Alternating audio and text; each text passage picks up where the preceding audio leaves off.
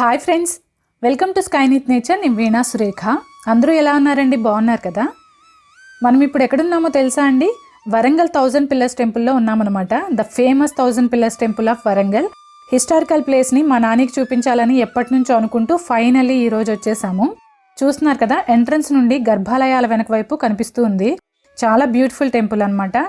ఇంతకాలం ఎన్నో దాడులు, న్యాచురల్ డిజాస్టర్స్ని కూడా తట్టుకుని ఈ టెంపుల్స్ నిలబడటం మన అదృష్టం అండి. నిజంగా ఇంత బ్యూటిఫుల్ ఆర్కిటెక్చర్ని బిల్డ్ చేయాలన్నా కూడా అంత తేలికేమీ కాదు. ఈ గుళ్ళు, వీటి మీద ఉన్న కార్వింగ్స్ అవి చూస్తుంటేనే అర్థమవుతుంది ఆ టైంలో మన కాకతీయులు ఎంత ప్రాస్పరస్గా ఉండేవారో. మీరు కనుక గమనిస్తే ఈ టెంపుల్ ద్రవిడియన్ స్టైల్లో ఉండదండి. అప్పట్లో నార్త్ ఇండియా ఇంకా సౌత్ ఇండియా ఆర్కిటెక్చర్ స్టైల్స్ని మిక్స్ చేసి ఇది కట్టించారంట. దీన్ని వేసరా స్టైల్ అని అంటారంట. సో మనకి నార్త్ ఇండియాలో అయితే నగరా స్టైల్ ఆఫ్ ఆర్కిటెక్చర్ ఉంటుంది. గమనించే ఉంటారు మీరు ఎప్పుడైనా సరే, గోపురాలు కొంచెం యూ షేప్లో తిరిగి ఉంటాయి అన్నమాట. మనలాగా డైరెక్ట్గా వి షేప్లో ఉండవు. మనకి ద్రవిడియన్ స్టైల్లో రాజగోపురాలు, ఇంకా మెయిన్ టెంపుల్లో ఉండే గోపురం ఏమో వి షేప్లో ఉంటుంది. కానీ నార్త్ స్టైల్లోనేమో కొంచెం కరువు తిరిగి యూ షేప్లో ఉంటుంది. అలాగే టెంపుల్లోకి ఎంటర్ అయ్యేటప్పుడు స్టెప్స్ అవి ఉండి డైరెక్ట్గా మండపంలోకి వెళ్ళిపోయేలాగా ఉంటుంది వాళ్ళ స్టైల్. సో వీటిని రెండింటిని మిక్స్ చేసి ఈ ఆలయాలు కట్టారంట. కాకతీయ స్టైల్ ఆర్కిటెక్చర్ని వేసరా స్టైల్ అంటారంట. సో మనకి మెయిన్ టెంపుల్లో జనరల్గా గర్భగుడి ఒక్కటే ఉంటుందండి. అలాగే పక్కన ఏమైనా గుళ్ళు ఉంటే కూడా అవి కొంచెం గర్భగుడి కంటే చిన్నగా ఉంటాయి తప్పితే సేమ్ హైట్లో కట్టరు. అలా కాకుండా ఇక్కడ 3 గర్భాలయాలు ఉన్నాయన్నమాట. శివుడు, విష్ణువు, సూర్యుడికి. అది కూడా సమానంగా ఉన్నాయి గర్భాలయాలు 3 కూడాను. లోపల ఆర్కిటెక్చర్ కూడా సూర్యుడికి ఒకలాంటి కార్వింగ్స్, అలాగే శివుడి దగ్గర ఒకలాంటి కార్వింగ్స్, అలా డిఫరెంట్ కార్వింగ్స్ ఉన్నా కూడా గర్భాలయాల డిజైన్ మాత్రం ఒకటే ఉంటుంది. మొదట్లో కాకతీయులు సూర్యారాధన చేసేవారంట, తర్వాత శివభక్తులు అయ్యారనమాట.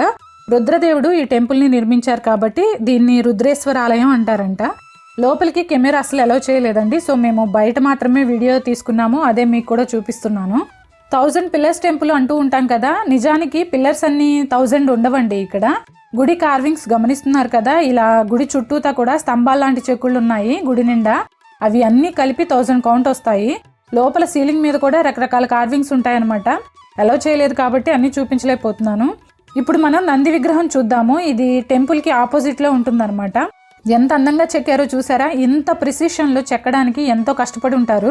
కొన్ని డ్యామేజెస్ కూడా ఉన్నాయి, వాటిని మళ్ళీ బాగు చేయిస్తున్నారనమాట. ఇప్పుడు ఇంత డ్యామేజ్ అయిన తర్వాత ఇలా ఉంటే దీన్ని బిల్డ్ చేసినప్పుడు ఇంకా ఎలా ఉండేదో మనం ఊహించుకోవచ్చు. ఈ నంది విగ్రహం గుడికి ఎదురుగా ఉంది. 2 వైపులా వీడియో తీశాను, కనీసం వీలైనంత వరకు చూపించాలని. సో చూస్తున్నారు కదా, తోక ఒక కాలు పూర్తిగా కట్ అయిపోయింది విగ్రహానికి. అయినా కూడా చాలా బాగుంది. గుడి లోపల మాత్రం అసలు అలౌ చేయలేదండి. సో మేము దర్శనానికి వెళ్ళి వచ్చిన తర్వాత లోపలికి ఇలా గుడి చుట్టూ తిరుగుతూ వీడియో తీసాం. సో దట్ మాతో పాటు మీరు కూడా చూస్తారని. నా 10 సంవత్సరాల నాటి కోరిక ఇప్పటికి నెరవేరిందండి. దాదాపుగా హైదరాబాద్లో మేము సెటిల్ అయిన దగ్గర నుండి చూడాలని అనుకుంటుంటే ఇప్పటికి అయ్యింది. ఇంకా రామప్ప టెంపుల్, కోటగుళ్ళు కూడా వెళ్ళాము. వరంగల్లో హైదరాబాద్ నుండి ప్లాన్ చేసుకుంటే మాత్రం ఎర్లీ మార్నింగ్ 3 o'clockకి బయలుదేరి వస్తే 6 o'clockకి మనం వరంగల్ వస్తాము. 3 గంటల పైనే టైం పడుతుంది అనమాట జర్నీకి. ఇక్కడ లొకేషన్స్ కూడా దగ్గరగా ఏమీ ఉండవండి. ఇక్కడ నుండి రామప్ప టెంపుల్కి 1.5 గంటల పైనే జర్నీ ఉంటుంది. అక్కడ నుండి మళ్ళీ కోటగుళ్ళు వెళ్ళడానికి ఒక 1/2 hour టైం పడుతుంది. మళ్ళీ అక్కడ నుంచి వరంగల్ రిటర్న్ అవ్వడానికి 1.5 గంటల పట్టింది. ఇక్కడ ప్లేసెస్ అవి ఇంత టైం పడుతుందని తెలియక మేము పొద్దున్న 6 గంటలకు బయలుదేరి వచ్చాము. సో భద్రకాళి టెంపుల్ దర్శనానికి వెళ్ళొచ్చేసరికి మాకు 10:30 అయిపోయింది. సో మాకు కోట చూడటానికి టైం సెట్ అవ్వలేదన్నమాట. అలాగే విజిటింగ్ టైమింగ్స్ కూడా రామప్ప ఇంకా కోటగుళ్ళు ఆలయాల్లో 6 గంటల వరకు ఉందండి. తర్వాత ఎలా చేయట్లేదు. సాయంత్రం 6 గంటల తర్వాత ఇంకా పంపించట్లేదు అనమాట. ఏం చూసినా సరే ఈ లోపే చూడాలి. తర్వాత ఇక్కడ 1000 పిల్లర్స్ టెంపుల్లో మాత్రం 8 గంటల వరకు ఉంది. ఇంత ఏన్షియన్ టెంపుల్ని చూసి మేమైతే చాలా హ్యాపీ ఫీల్ అయ్యామండి. కోట కూడా చూసినట్లయితే ఇంకా ట్రిప్ మంచిగా కంప్లీట్ అయ్యి ఉండేది అనుకున్నాము, కానీ వీలు కాలేదు. చూసారా, ఆలయం బయట గోడల మీద డిఫరెంట్ కార్వింగ్స్ ఉన్నాయండి. గర్భాలయాల నుండి బయటికి ఇలా ఒక అరేంజ్మెంట్ లాంటిది ఉంది. బహుశా అభిషేక జలాలు అవి బయటికి రావడానికి అనుకుంటాను. ప్రెమిసెస్ అంతా కూడా చాలా నీట్గా బాగుంది. గుడికి ముందు ఇలా ఒక మండపం లాంటిది ఉంది, కనపడుతుందా అండి? నంది వెనకాల ఉంది, గమనించే ఉంటారు. అక్కడ మాత్రం కొంచెం పాడైన వాటిని రీకన్స్ట్రక్షన్ చేస్తున్నారనమాట. అక్కడికి కూడా వెళ్ళలేదు మేము. ఏంటది అని అడిగితే రంగమండపం అని చెప్పారు.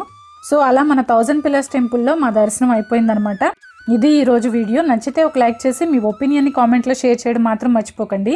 నెక్స్ట్ వీడియోలో రామప్ప టెంపుల్ ఇంకా కోటగుళ్ళు టెంపుల్ని చూపిస్తాను. ఛానల్కి ఫస్ట్ టైం వస్తున్నట్లయితే కనుక తప్పకుండా సబ్స్క్రైబ్ చేయడం మాత్రం మర్చిపోకండి. Thanks for watching. బాయ్.